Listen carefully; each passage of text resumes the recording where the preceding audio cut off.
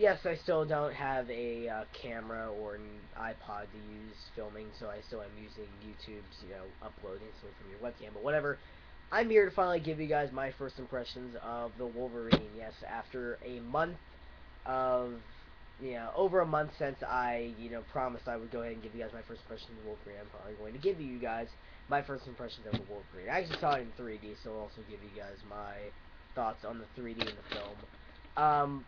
And the video after this is going to be my first impressions of Kick-Ass 2. I finally saw Kick-Ass 2. Um, and the reason why I'm doing both, those of you back to back is because, well, Monday is Labor Day, which pretty much marks the end of the summer season, which also, in my opinion, ends the official, summer movie season, and where, the Oscar season and just, other bunches of movies start popping up.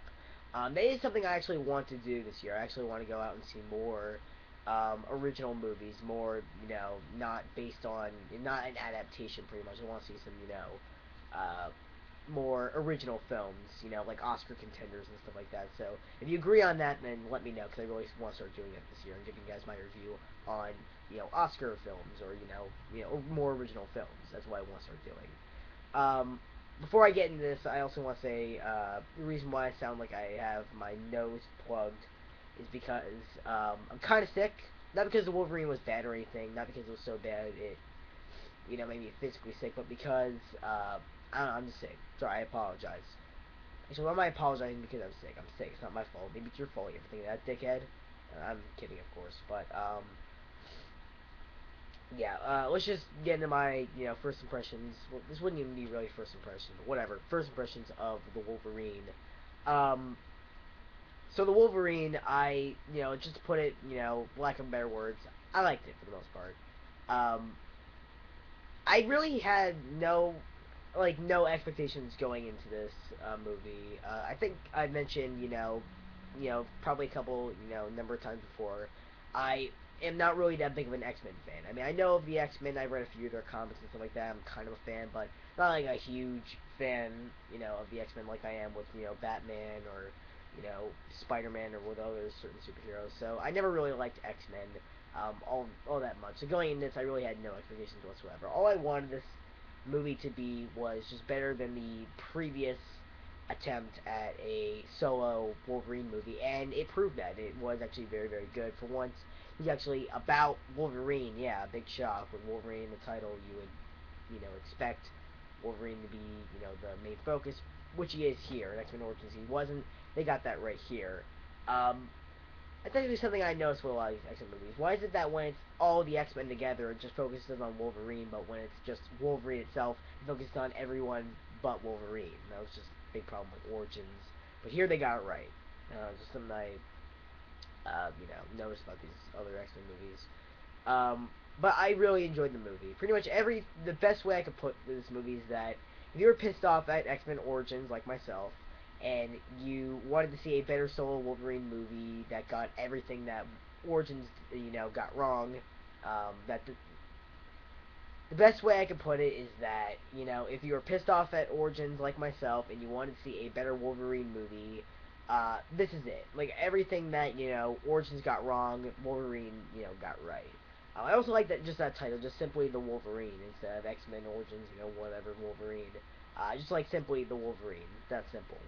Um, Also, something that I never at all like about any X-Men movies, it really puts me off about these X-Men movies, just in general, um, which definitely makes me have like no expectations for the movie. If either no expectations or the worst of expectations, is that the X-Men movies are not really made now because certain writers or certain directors want to make an X-Men movie, or because they have a really great idea for an X-Men movie. It's really because Fox wants to, Fox wants to have, the film rights to it so that they can make more X-Men movies, because they have to make an X-Men movie every few, years, so they can keep the film rights, or else they would revert back to Marvel.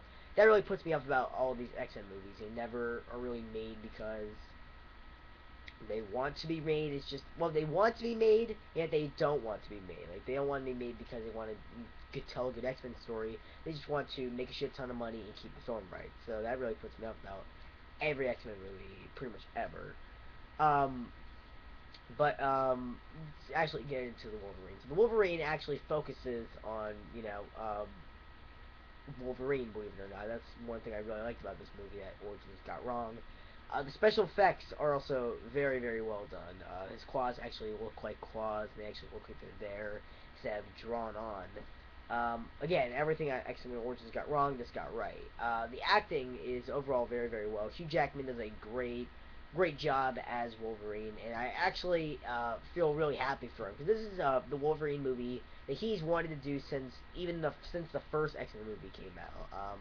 And that was like in 2000, or if you really want to be technical, that movie was like filmed in what 99. So that was all the way back in 99 because this was like a Wolverine story that he wanted to do and wanted to put in the film for a very very long time. This movie does take influence from the Chris Claremont Frank Miller run of solo Wolverine comics, which again not really that big of an X-Men fan, so I've never really read them, so I can't really say if this is entirely accurate to that. It probably isn't, but I can't really say. I can't really emphasize on that. But you really do kind of you're having sort of fun yourself because you know that this is a movie that Hugh Jackman has wanted to do for a very long time as the Wolverine character, and he just has a lot of passion for this character. Like, this is a character that he really really loves. Um, Really, the best part about any X-Men movie is pretty much Hugh Jackman himself as Wolverine. He just has a lot of passion for the character and a lot of enthusiasm for playing the character, and he got like really ripped for this movie. Like he looks like bigger than he's ever been in any of the other X-Men movies, which is really really awesome. Just shows that he really has a lot of passion for this character. He's either the best part about any X-Men movie or a naked Rebecca Romaine in blue makeup. Either him or that, or both. Let's just go with both. But that he was probably the best part about the movie. We also have a bunch of other people in this movie. Again, this movie does take place in Japan, so it's very expected to have a lot of Japanese actors in it, which I probably couldn't even pronounce any of these to save my life, but screw it, I'm gonna try. Uh, Tao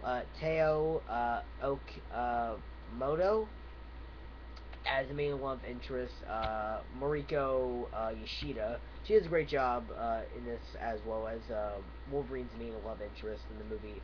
Well, I think eventually he marries in the comic book. So, but again, not a big X-Men fan, so I wouldn't know a whole hell lot about that. She does a very good job in the movie.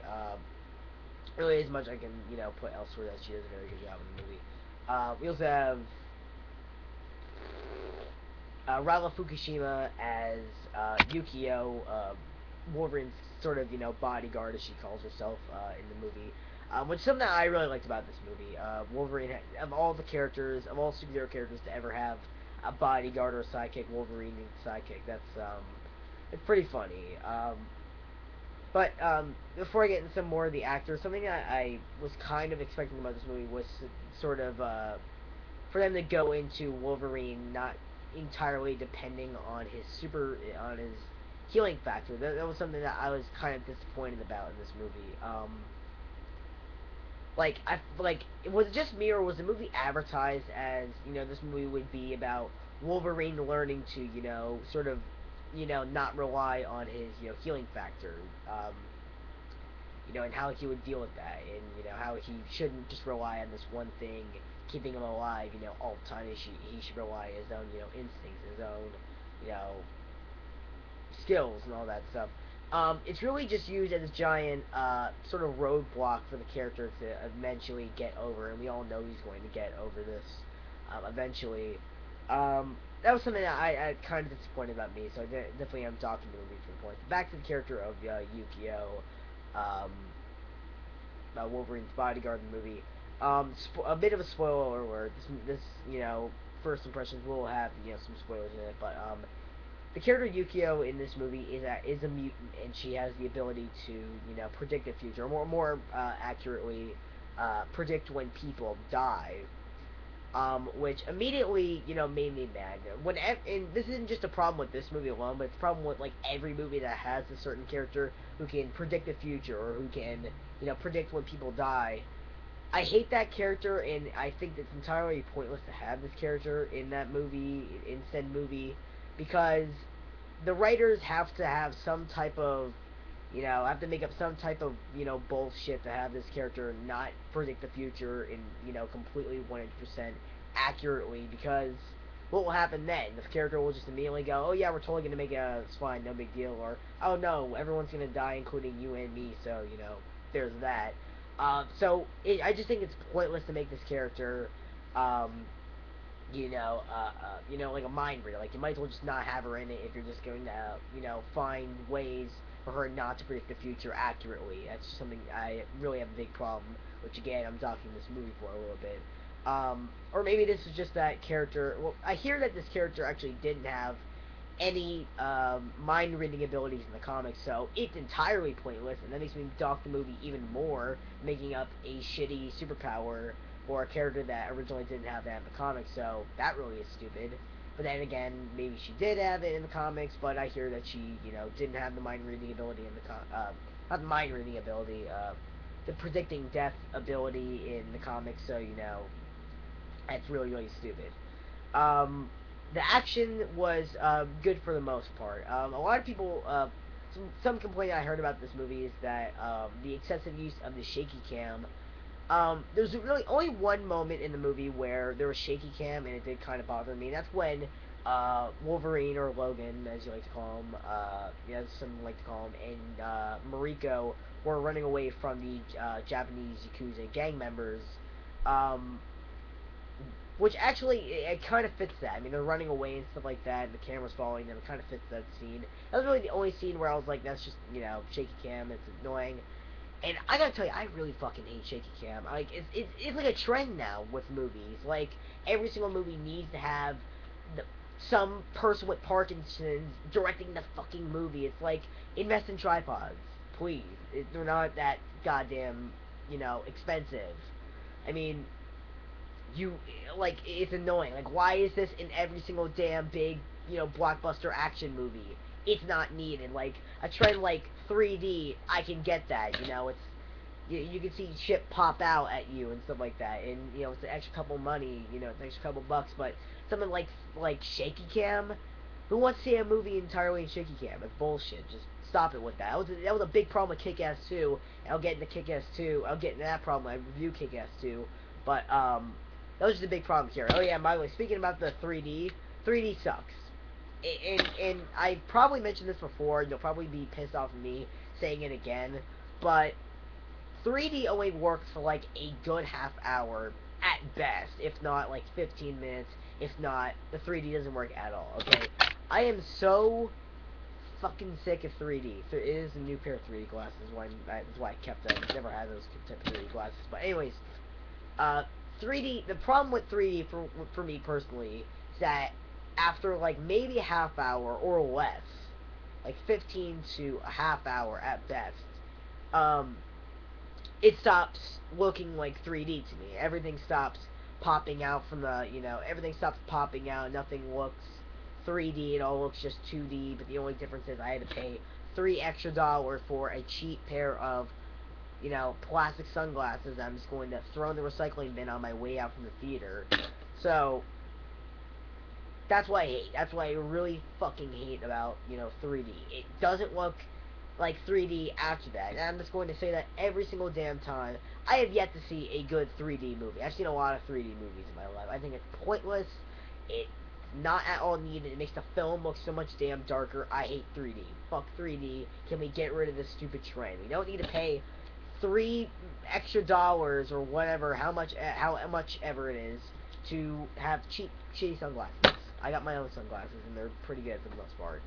So that's, I hate 3D. It sucks. Back to the actual movie. Overall, that's pretty much all I have to say about the movie. There really wasn't much I had to say about the movie, and there really wasn't much really not much I had to say about the movie. So it was okay for the most part. Well, not okay, I thought it was good for the most part.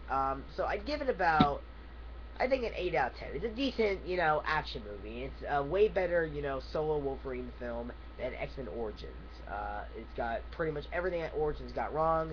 Again, this film got right. The story was actually about Wolverine. Um, and the special effects were good, the action was good, everything was good. There wasn't an overabundance of mutants that were in the movie that had no reason, no rhyme or reason whatsoever to be in the movie. So that was very, very good. There were only three, mutants in the film. One, of course, Wolverine, Yukio, as I mentioned before, and a third mutant, Viper, who is one of the villains in the movie, played by some Russian chick whose name I cannot at all fucking pronounce, so I'm not even gonna try that. Uh, I'll try Svetlana Kodchenkova. I think that's the best way I can pronounce it. So there's that. Who in the comics was I guess a villain called Madam Hydra, and name Hydra you might remember from Red Skull, but they had to call her Viper because well they had gone Hydra, there would have been probably a big Marvel and Fox fucking lawsuit, so they call her Viper. Well, Viper was one of her nicknames in the comics, so I guess that's something. So I guess that's why they used it, but this character, I guess, is nothing like in the comics, so this could have been a completely made-up character for all we know, so, who knows. It's technically based off it, but if I'm the only one that thought that she looked like the Enchantress from Thor, from, Thor comics, and, Earth's, Avengers, Earth's Mightiest Heroes. Am I the only one that thought she really dressed up like, the Enchantress? That's something that I first thought of with the trailer got released for this. It's just like, she looks really like the Enchantress. It's really weird. So that was just something. Oh yeah, I also stayed, of course, after the credits. You can't, you never leave a Marvel movie before the credits. You see all the credits through. For the, little after credits, Easter egg / teaser for the next, film in the series. But with this, it actually is in the post credits. There's one little section of, credits, and then there's, a little after credit scene, and there's a new, set of credits. Why is there two sets of, credits? It's just kind of weird. I'll just have one, please. It makes more sense. But yes, it did say after the credits, and one thing I can say for sure is I am totally hyped up for Days of Future Past. I am really hyped up to see that movie. I really, really, really want to see it. Michael Fassbender is still playing Magneto. James McAvoy is still playing Xavier, Professor X, and you also have Patrick Stewart and Ian McKellen coming back as those same characters, just older version of them.